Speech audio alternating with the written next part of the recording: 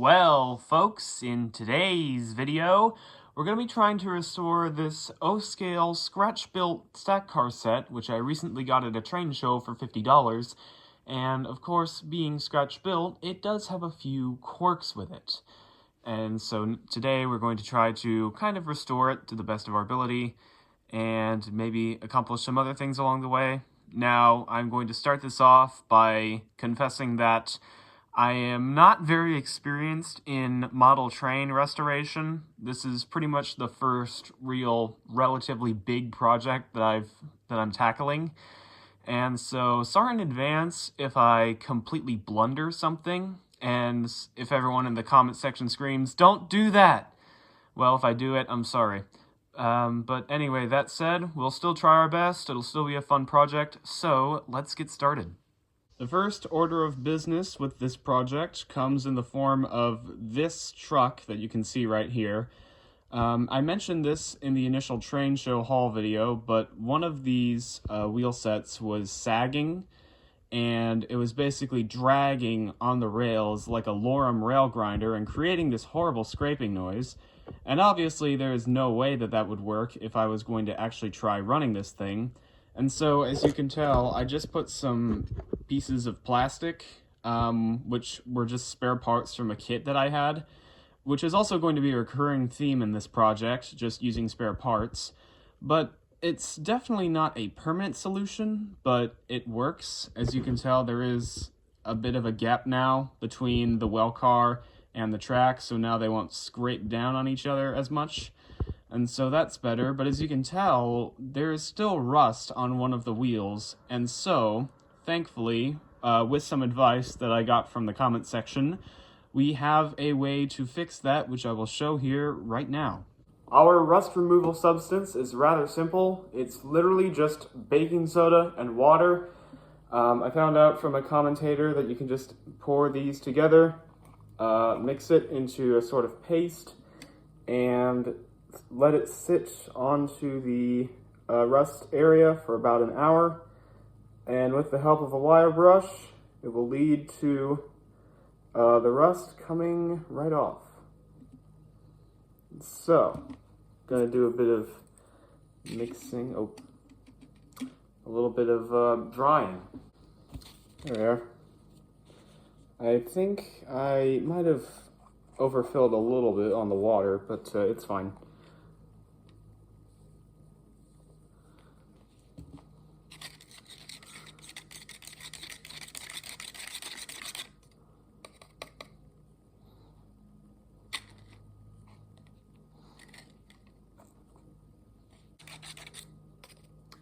I think we've got our baking soda mixture. I'm not sure how long I should stir this for, but got a fair amount in there. So what we'll do now is take it down to the rust area, put it onto the rust, and it should hopefully cure it. So let's do that.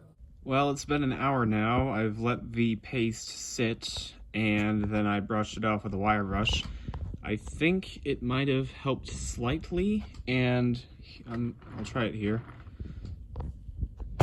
It's a bit hard to tell. Yeah, it's trying to move, so it might have made a slight improvement, but as you can tell, it wasn't enough. But I do think that part of this was just my fault, because I don't think I put the paste on properly. I might have not mixed it up well enough or something like that. I think the main thing was just I didn't put enough of the actual paste on. So I'll try this again later, and we'll see if that makes any more of an impact. Alright, this is currently the next day. I've put on another coat of the baking soda water paste. What I have on the wheel now is actually the third coat, and the remains of the second coat are what you see on the paper towel. It's not completely perfect yet, there's still a little bit of rust, but I still think that progress has been made, and so I've just got a third coat on there to be safe, and so I'll leave this on here for a little over an hour, come back, brush it off with the wire brush, and we should keep making progress until most of the rust is gone. A few hours later, it's still not perfect, you can't see it right now, but there is still a little bit of rust left on there. But, I mean, there's signs of improvement, so maybe I'll try it again. We'll see. But either way, there has been some level of improvement, which is pretty good. In the meantime, I have been moving on to another step, which is trying to lubricate the wheels using this Lionel lubricating oil that I've got. I got this in a lubrication and maintenance kit that I've had for many years, but I'll be honest, I haven't really used it as much as I should be, so this is a pretty good way to start. And so basically what I've been doing is I've started putting some of this lubricating oil onto the trucks. And I'll be doing that with all of the trucks on the stack train so that we can just get it running a little bit better. And then after that, we'll move on to the next step, which is cosmetics. Alright, I think I've made some progress with lubricating the wheels. So now we can move on to the next step, which is putting on some more details. Obviously, since it's mostly just a big metal line, sort of, it doesn't really have all that much separately applied detail. And so I have a lot of these spare parts that have just come from kits or just miscellaneous bits and bobs that we've found over the years. And so what I'm thinking is I can put these onto the stack train to give it just a little bit more realism and bring it a few steps closer to looking like an actual stack train, because now it'll have like safety tread and a little bit of pipe work and grab irons and all the things like that that you would see on an actual stack train or just a very detailed model of a stack train. It's been a few weeks now since my last little update on this project, and as you can tell, hopefully, we've made quite a bit of progress from the last time I showed these. First off, I added some of the grab irons, or ladders, to get onto the cars, onto the side. These were just spare O-scale parts, and I got these on using this Zap-A-Gap glue, which I was told about by a friend about a month or two ago, and so I decided to take his advice and buy some, and this stuff does work fairly well. I mean, I'm still new to it, so I'm getting the hang of it still, but it's been working all right. And I've also used it to get some brake wheels onto the cars, and there's one on the other side as well. Yes, I'm aware that these colors do not match the TTX yellow. I did consider making these yellow too, but I don't really have very much paint, and I hardly have any paint because I very rarely do anything with painting when it comes to model trains. So yes, unfortunately, a lot of these little accessories and extra parts will keep their gray color, which I know doesn't look the best, but it is something. And on the subject of those, as you can tell, I've added a lot more like pipe work and grills and stuff. Again, just spare parts that I've accumulated from O and HO scale kits and whatnot.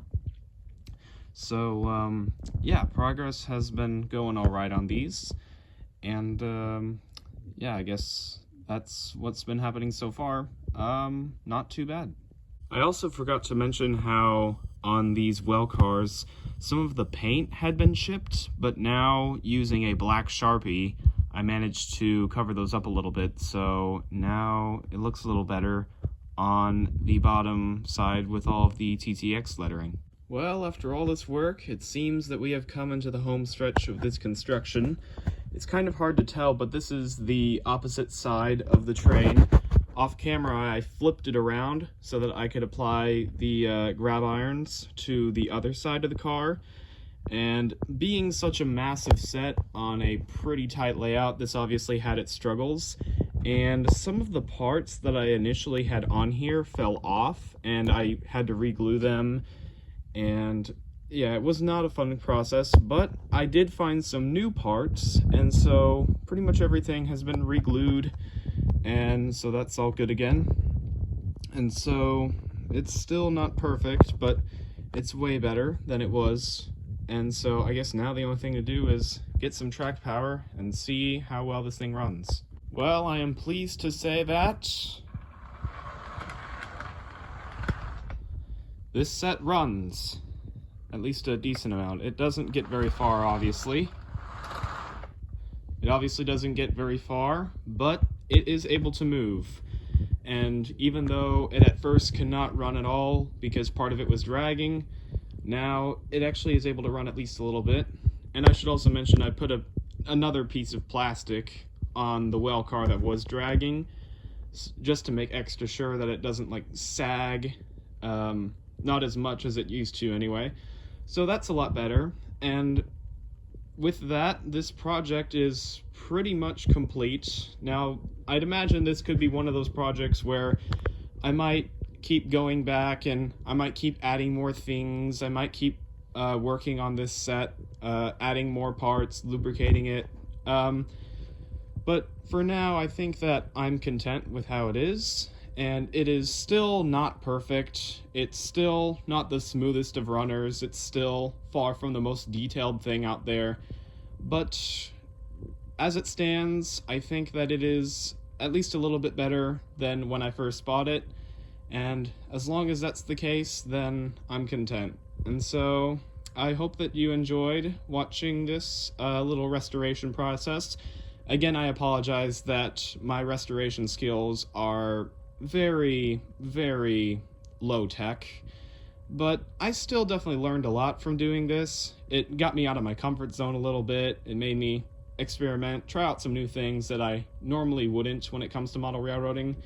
And so, in the end, I think it had some struggles, but so does every project. Every project has its headaches, as anyone in the hobby will know. But at the end of the day, I think it was pretty neat to do. It was a nice thing to try, and so I'd like to thank all of you for watching, and thank you again to everyone who helped out in getting this project to where it is now. I know, I almost forgot to include the containers on there. Sorry about that. Well, here you go. Here's how it looks with containers. Looks quite nice, I gotta say.